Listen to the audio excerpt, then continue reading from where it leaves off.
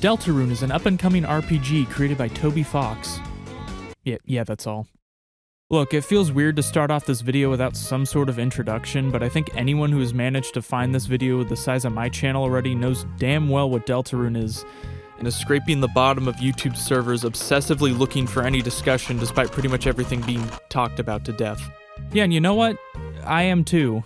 That's what this video is here for. Despite Chapter 2's release being around 3 years ago, goodness gracious, I still think there's a few things that people have failed to really mention that I want to talk about. And I figure that while a future release is just starting to rear its head, I might as well throw my hat into the ring on what is being set up in the story, as well as just little things I'd like to see get more attention. But they're not elaborate magnum opuses to attempt to explain every single loose end and mystery in the game, no. And that's for a reason. Although creating some elaborate 5-hour-long video listing every single possible candidate for the night or the Chapter 2 secret boss is fun, I think some of it ends up barking up the wrong tree or trying to explain so much when we have so little now. So for this video, I have 3 shamelessly vague and inconclusive observations that are nothing more than just things to think about. This could lead to some theories in the future, or is just kind of brewing like thoughts that could become more complete videos, but right now I just kind of want to spitball for a little. And this kind of goes without saying, but this whole video will be nothing but spoilers, so play the demo if you want to before watching this. I admittedly brush over a few things in this video for the sake of time, so a little context couldn't hurt. So grab your milk-soaked fangamer merch and let's not predict some things.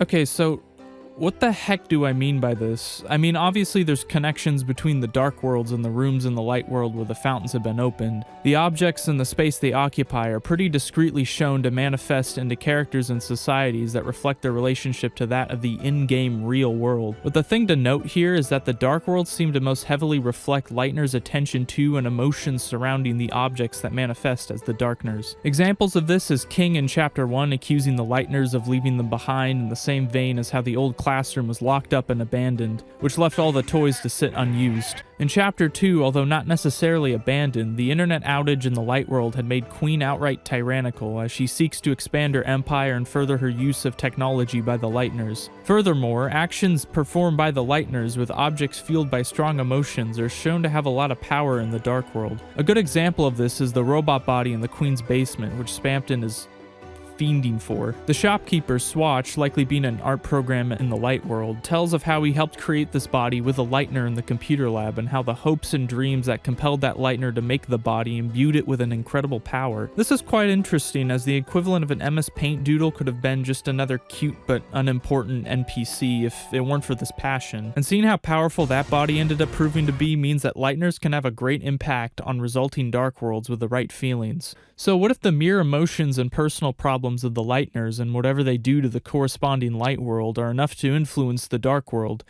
What if the routines of their daily lives and their personal values that drive them end up shaping the dark world's contents? Hell, what if simply being there during the Dark Fountain's creation results in a dark world more connected to those Lightners as characters? In Chapter 2, once the fountain is sealed, Noelle and Berdly are found sitting at one of the tables in the computer lab, while Chris and Susie, the ones who are shown to have entered the dark world from the outside, are depicted standing near the door. This means that they were likely already studying when the fountain was opened.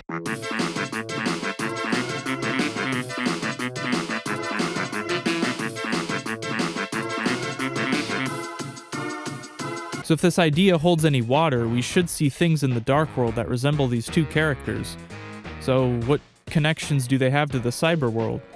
Well, quite a few, albeit a mix of surface-level similarities and actual character dynamics. One is the avian motif present in several of the Darkners, primarily Swatch, the Swatchlings, Spamton, and maybe the Addisons to a lesser extent. The Swatch and Swatchlings both have pointed beak-like faces resembling a plague doctor, as well as fluffy crests that resemble feathers. A lot of the Swatchlings' attack patterns also have bird-like references. It's a weird thing to say. Such as the birds flying from their dinner cloches. Spamton himself has a surprisingly long list of bird-like features, from the pointy nose that looks like a beak and the similar crest-like hair, the weird peepus spore thing, I don't know, whatever the hell these are, resembling a robin's blue eggs, and his Neoform having wings as well, Spamton definitely has some avian elements in his character. I also remember one comment somewhere on a compilation video of Germa reading Spamton's dialogue said that his glitchy stuttering resembled that of the way a budgie kind of sporadically chirps, which is certainly interesting.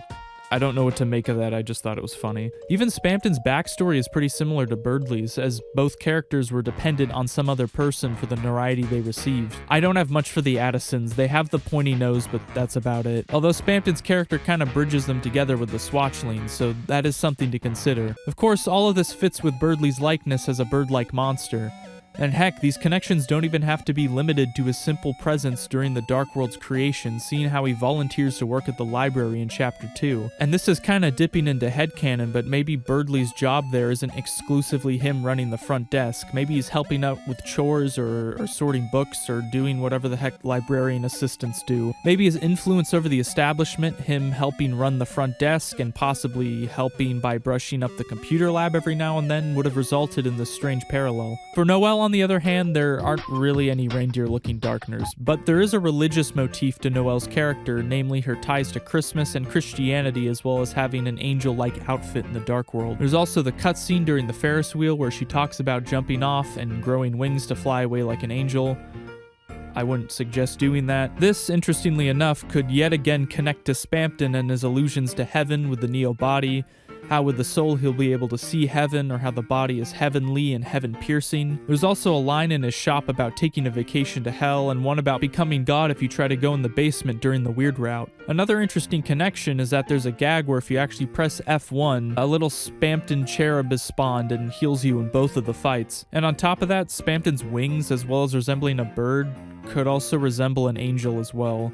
So yeah, add that to the weird list of things that this character's a hodgepodge of. Noelle's presumably troubled relationship with her mother also could have influenced the Queen's character to some extent. There's a video out there discussing the idea that Queen's character symbolizes every Lightener's often less than ideal relationship to their own mother in the chapter. And while the idea holds a lot of weight, I especially think this is the case here for Noelle. Noelle's arc in Chapter 2 is finding the strength to tell Queen that despite her desires to do what's best for Noelle and look out for her, she really isn't being considerate to what Noelle wants or feels. On top of this, Rudy also mentions that Noelle's mother is hard on her in general, so maybe going to the library computer lab to study, this action done by Noelle partially fueled by the pressure to meet her mother's standards, had manifested as some of Queen's overbearing tendencies. Now, I'm gonna be honest, I'm not super confident about this idea. I am doing quite a bit of interpretation on the daily lives of both of these characters that aren't really confirmed, and on top of that, each piece of evidence for this idea has a more likely explanation, which is a pretty dead giveaway that it's not that accurate. Queen seemingly being a stand-in of Noelle's mother is likely just a literary parallel that is used to develop Noelle's character and set things up for later. The religious allusions and avian motifs could easily just be Toby Fox developing multiple characters from the same brainstorming session or something, and creating some sort of overall cohesion for the chapter. And besides, religious allusions are everywhere in both Deltarune and Undertale. There doesn't need to be an in-universe explanation for these things because these are just elements of storytelling. It's like trying to explain away the yellow and blue symbolism in The Great Gatsby as Nick being colorblind or something. But it is fun to think about, and the idea that the Dark World will connect to its trapped Lighteners might be an angle worth considering for those trying to predict future Dark Worlds. I mean, the Shadow Guy teased here and there who's likely to be an enemy in Chapter 3 is the most human-looking Darkener enemy yet. Like, not a puppet that looks like a human, or a little doll that looks like a human, or like a big weird xenomorph lady that kind of looks like a human, like an actual honest to god, like human looking,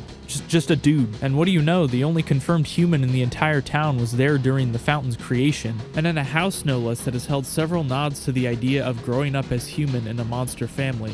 Or at least some sort of monster-human dynamic in flavor text here and there. That and the fact that one of the items teased in Chapter 3's Japanese localization is said to be human-shaped as well could mean that Chapter 3's overall design choices might give us some insight into how or why Chris is the only human in town, and the dynamics of the Dreamer family, or just whatever. It's just food for thought.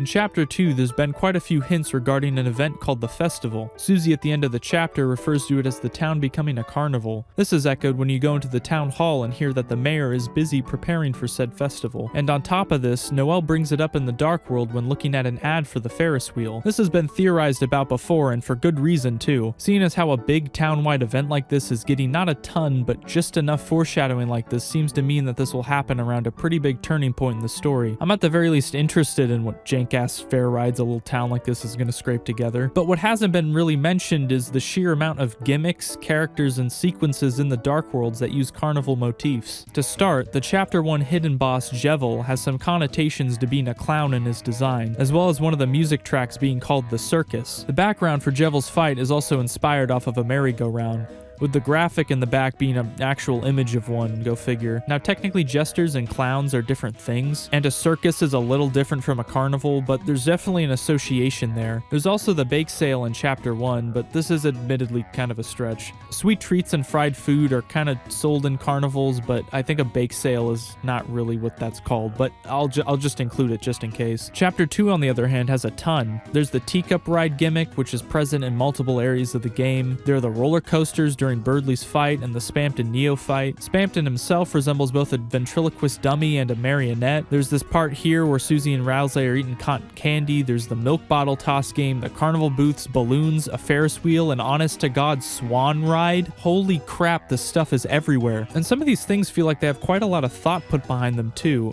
There are 4 choices for who you give the gift to, all of which are pretty elaborate cutscenes. The Ferris wheel cutscene as well is quite a long exchange that develops Noelle and Susie's relationship. The carnival motif also seems to connect to a lot of bigger ideas in the game as well. The idea of fun games and rides filling up these alternate worlds further plays into the sense of escapism that they have. Meanwhile, the jester and puppet attributes to the secret bosses are connected with the bigger ideas of control, freedom, and abandonment that the two embody. Most interesting of all, though, is the fact that plenty of these instances don't even really make sense within the topic of their Dark Worlds. Like, okay, the computer lab had the Ferris wheel poster, which makes sense, but a teacup ride doesn't really thematically connect in any way to, like, computers or anything.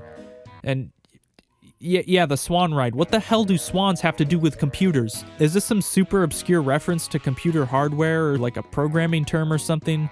It's just so bizarre. This seems to be such a ubiquitous stylistic choice that I can't help but feel like this is all set up for something involving the festival. Some kind of sequence or battle or reveal or whatever that's both thematic and stylistic payoff to this pattern. This is kind of conveniently where this idea ends, but I think that this carnival motif is really going to lead to something, and I hope more people start to recognize its prevalence.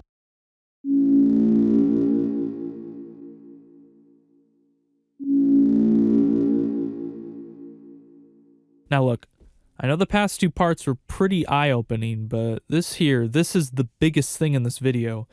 This will irrevocably change the way you view this entire game. This is the true missing piece that is the key to finally scratching below the surface of the tip of the iceberg that is Deltarune. That being these guys, the Spamton bugs.